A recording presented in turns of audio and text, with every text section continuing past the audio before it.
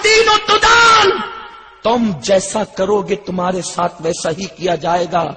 کسی کی بہن کو پارک میں لے جانے سے پہلے اپنی بہن کو یاد کر لینا، کسی کی بہن کو دھکا دینے سے پہلے اپنی بہن کو یاد کر لینا، کسی کی بیوی سے فون پر شہوانی گفتگو کرنے سے پہلے اپنی بیوی کی آبرو کو یاد کر لینا، کیونکہ یہ جملے میرے رسول کے ہیں، کما تدین و تدان، تم جیسا کرو گے تمہارے ساتھ ویسا ہی کیا جائے گا۔ دوسرے کی بہن کے ساتھ افیئر کرنے والے، تیری بہن بھی کبھی محفوظ نہ رہے گی۔ یہ گفتگو جس وقت میں نے کرناٹک کے بہت بڑے اور کر کے جب میں بیٹھا، ایک نوجوان روتے میرے پاس آیا، ہاتھ پکڑ کے کہا، آپ نے وہ جو کہا نا تم جیسا کرو گے تمہارے ساتھ ویسا ہی۔ میں کہتا ہوں تم سچ کہتے ہو۔ ماڈرن لڑکا تھا، میں نے کہا میں نے تو پوری تقریر ہی سچی کی، آپ یہ کیوں کہہ رہے ہیں؟ تو کہا کہ بھائی صاحب، میں اپنے دوستوں کے ساتھ پکنک پر گیا ہوا تھا، اور ایک لاج میں، جو ہمارے شہر کی لاج ہے، جو پارک کے فلاں پارک کے قریب ہے، شہر کا نام اس لیے نہیں لے رہا ہوں کہ لوگ برا مان جاتے ہیں، کیونکہ تقریریں ہندوستان بھر میں جاتی ہے۔ اگر آپ کو ڈاؤٹ ہو تو میں شہر کا نام اور پورا ایڈریس آپ کو دے سکتا ہوں، لیکن مائک پر نہیں۔ پارک کے قریب لاج تھی، دوستوں نے مشورہ کیا چلو لاج میں چلتے ہیں۔ فلاں لاج کے اندر آرام کے ساتھ ساتھ لڑکیاں بھی ملتی ہے۔ جب وہاں پہنچے تو مینیجر سے کہا کہ کتنے وقت میں تم لڑکیاں فراہم کر سکتے ہو؟ بڑی معذرت کے ساتھ علماء سے معذرت چاہتا ہوں، نشتر جو لگاتا ہے وہ دشمن نہیں ہوتا، یہاں نہ کہوں تو پھر کہاں کہوں؟ یہ دستور زباں بندی ہے کیسا تیری محفل میں، یہاں تو بات کرنے کو ترستی ہے زباں میری، کچھ کہوں تو کہاں نہیں جاتا، چپ رہوں تو رہا نہیں جاتا، دل کے جذبات کہتے ہیں کہ ساری باتیں کھول کے رکھ دی جائے۔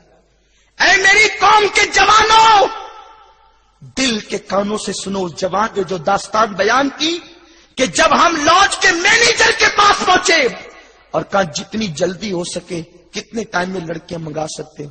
اس نے کہا پہلے فوٹو دیکھ کر پسند کر لو، پھر جتنی جلدی میں کہو گے لا دیں گے، کیونکہ آج پکنک کا مطلب شراب اور لڑکیوں کے علاوہ رہ کیا گیا؟ جہاں نوجوان لڑکے پہنچے، بالخصوص قوم مسلم کے جوان، اس لیے کہ صلیبی جنگوں کے بعد انگریزوں نے یہ طے کیا ہے کہ میدان جنگ میں مسلمانوں سے نہیں لڑنا، اب اگر مسلمانوں سے لڑنا ہے ان کو شراب و شباب میں ڈبا دو، یہ قوم کبھی ہوش کے ناخن نہیں لے سکے گی۔ ڈبا دیا انہوں نے تمہیں شراب اور شباب میں۔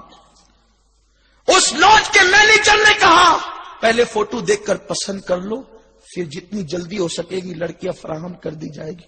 وہ کہتا ہے کہ جب مینیجر نے جو ہے وہ ٹیبل پر تصویروں کو پھیلانا شروع کیا، ایک تصویر کو دیکھ کر میرے پیروں کے نیچے سے زمین کھسک گئی۔ میں نے کہا وہ کیا تھا؟ کہا کہ ان تصویروں میں میری اپنی بہن کی تصویر بھی تھی۔ اے میری قوم کے جوانوں، آج بچیوں کی آبرو لٹ رہی ہے، مسلم بچیوں کی عزت بکریوں سے زیادہ سستی کر دی گئی ہے۔ مشرکین کا تو پلان ہے تنظیم کا، اس تنظیم کا نام بھی کیا لوں کہ مسلم بچیوں کے پیٹ میں غیر مسلم لڑکوں کے حرام بچے پلنے چاہیے۔ باضابطہ طور پر وہ اپنی قوم کے لڑکوں کو اسکول اور کالجز میں اس لیے بھیجتے ہیں تاکہ تمہاری بیٹیوں کے پیٹ میں ان کے بچے پلے۔ اور آج مسلم باپ اتنا بے غیرت ہو چکا ہے، بیٹی بے پردہ جائے دوپٹے کو مفلر بنا لے، باپ کو کوئی فکر نہیں، بیٹی کی ڈگری سے مطلب ہے، لعنت ایسی ڈگری پر جو عزت کو فروخت کرنے کے بعد ملتی ہے۔ سنو، ہماری بیٹیوں کو ہم کسی ایسی لعنتی ڈگری دلانے کی عادی نہیں، ہماری بیٹی کو کنیز فاطمہ کی ڈگری مل جائے اتنا کافی ہے۔ میں یہ نہیں کہتا کہ بیٹیوں کو کالج نہ بھیجو، ضرور بھیجو، ان کو ڈگری ضرور دلواؤ، ہم منع نہیں کرتے، لیکن غیرت فاطمی کے ساتھ بھیجو۔ اور غیرت فاطمی کیا ہے؟ سیدہ فاطمہ دن میں 5 مرتبہ حکم دیا ہے